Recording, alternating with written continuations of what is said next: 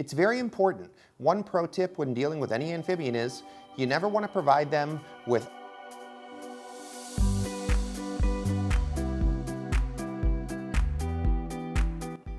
Hello everyone and welcome to the Tye-Dyed Iguana channel.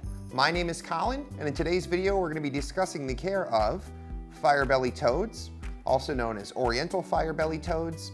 This species, also known as Bombina orientalis, is native to northeastern China, parts of Korea, and certain parts of Russia. Let's talk a little bit about natural history.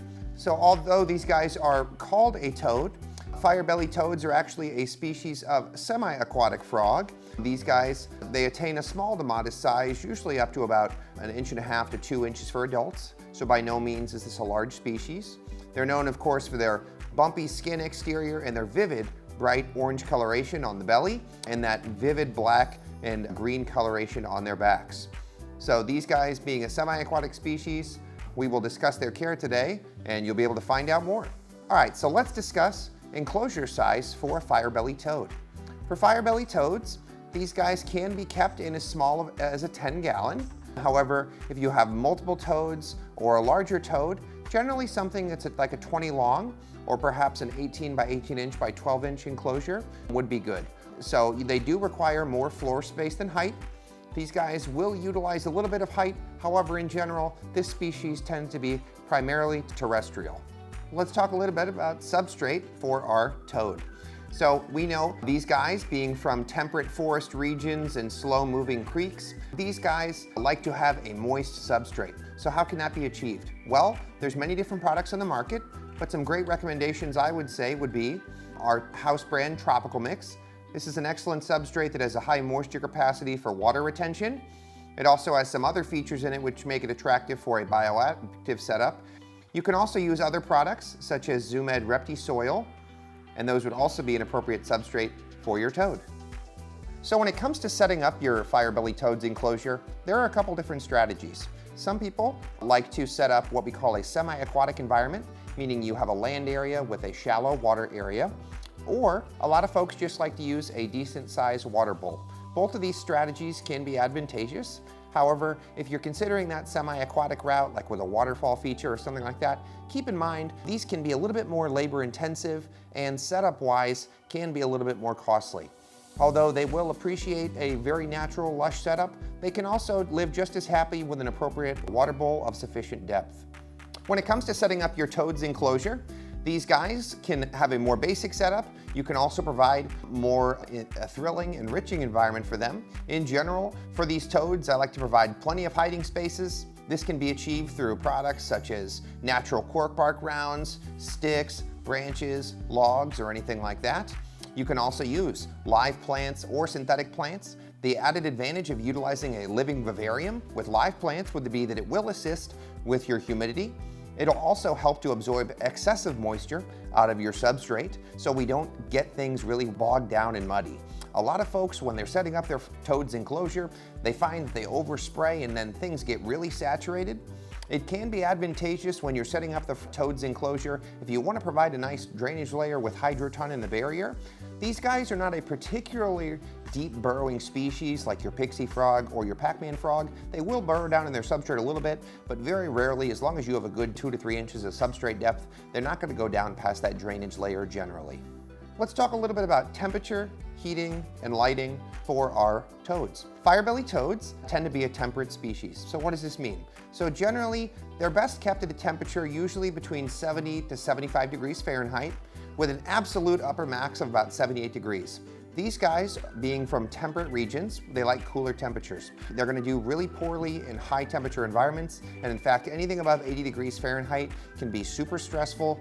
So depending on what your room temperature is, you may provide a little supplemental heat, but I would advise you be very cautious and consult an appropriate professional as necessary if you feel that the temperature is inadequate in your frog's enclosure. As far as heating for these guys, I would recommend, again, if you're struggling with this, contact a professional. But if you do use some sort of heating appliance, I would recommend something of extremely low wattage, perhaps a 25-watt ceramic heat emitter or some other solution. These guys really don't do well with a basking bulb or anything like that. As far as lighting for the enclosure is concerned, there's several great options. A lot of folks will utilize adjustable LEDs. such as our ReptiSun LED or the TerraSky UV made by Exoterra. ZoomEd and Exoterra both produce very high quality, nice LEDs.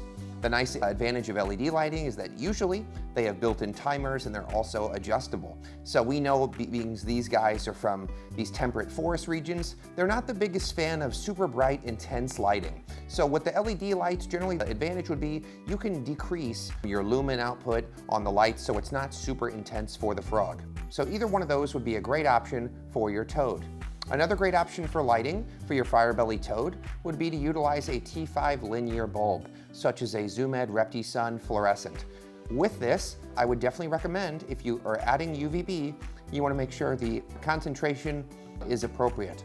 I would definitely recommend, if you go with adding a UVB source, make sure that you're using like a 5.0 or something that's lower intensity. There are other brands on the market, they're called different things, but if you're buying ZoomEd 5.0 intensity, or they also now make a 2.5% intensity. We don't sell it, but they do make a 2.5%. But the 5.0 should be plenty sufficient as long as your tank is at least about 12 inches in height. Another advantage of providing LED or T5 linear fluorescent lighting is it's an excellent option for providing appropriate lighting for plants, especially if you wanted to provide a nice bioactive enclosure and a living ecosystem for your toad. As far as humidity is concerned for these guys, we know that they are a humidity-loving species. Generally, an ambient humidity in the range of 70% is usually sufficient. This can be achieved through several methods. Some folks like to do hand misting. As far as misting is concerned, you're going to want a high-quality digital hygrometer to accurately measure your humidity. It's much more accurate than just eyeing it in your enclosure. You definitely want to know what the actual humidity is. Other great options for the fire-bellied toad would be utilizing options such as the ZoomEd ReptiFogger or the Exoterra monsoon system. Keep in mind, with these solutions, you do want to either run them on a timer or have them programmed. These guys, although they do appreciate humidity, they do like a little bit of dry out in between. So we want high humidity, but we also want good air circulation throughout the enclosure. So if you're utilizing an option like a ReptiFogger, I definitely recommend you either run it on a very low output or you're utilizing that on a timer to where it runs about 3 to 4 times per day. On a monsoon system, you'll have to gauge it based on your enclosure size, and then you can go ahead and set the interval and duration for the spraying. Let's talk a little bit about water for our fire-bellied toad. So fire-bellied toads, like all amphibians, we want to make sure that we are providing a high-quality, dechlorinated water source that contains minerals. So for a lot of folks, the simplest thing you can do would be to use something like tap water, depending on where you live. And we like to add ReptiSafe conditioner. So this will remove any chlorines, chloramines, and heavy metals out of the tap water. It'll also add a small amount of trace electrolytes back to your water.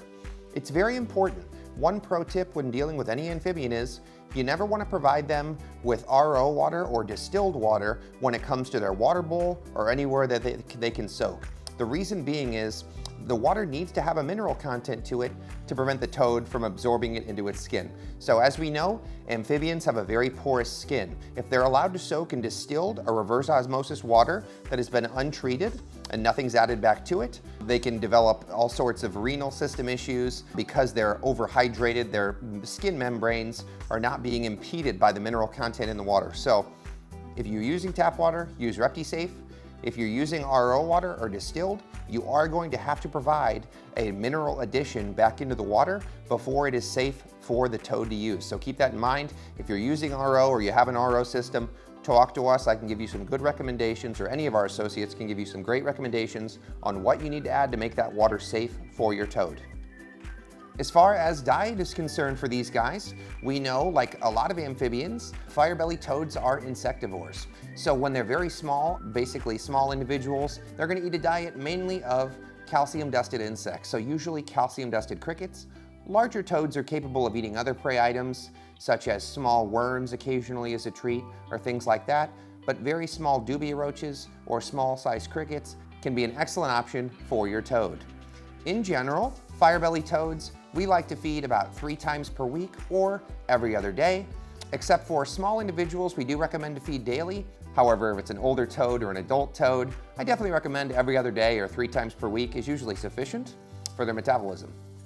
As far as daily care for your fire-bellied toad, these guys are generally a low-maintenance species.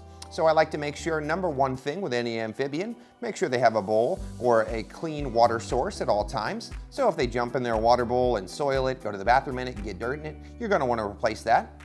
If you are utilizing a system that's semi-aquatic, you definitely want to recommend that you have something like an API test kit or something like that at home. You're going to want to check your water weekly. If you're using a 50-50 lane and water type of setup with a waterfall, I definitely recommend doing a partial water change weekly. Although the water may appear clear and good to you visually with your eye, excessive nitrates, phosphates, and things like that can be an irritant to your frog's skin, especially if you have a lot of soil and organics in the water as well. That can lead to an accumulation of ammonia, which can be an irritant to amphibian skin. So if you're using that more advanced system, be sure to check your water regularly. If you're just using a bowl, be sure we're replacing it regularly as well. As far as feeding is concerned, if you have a baby or a small individual, it's generally good to feed them about once a day, as much as they can eat in about 5 to 10 minutes. If you have an adult toad or an older individual, they can generally be fed every other day or 3 times a week. As far as supplements for these guys, like a lot of amphibians, generally I'm going to recommend using a calcium product, a calcium without D3, such as Zoo-Med calcium without D3 is a great staple calcium. And then generally about once a week, we do like to provide a multivitamin. There's several options on the market, such as Herptivite. If you're using a product like Reptivite or things like that, you do want to monitor that intake. Those products do contain a higher amount of retinol, aka vitamin A. So although these guys are insectivores, they do need retinol on the diet. You do want to monitor that. So generally, if you're using a product like Herptivite, it's safe to use about 1 time per week.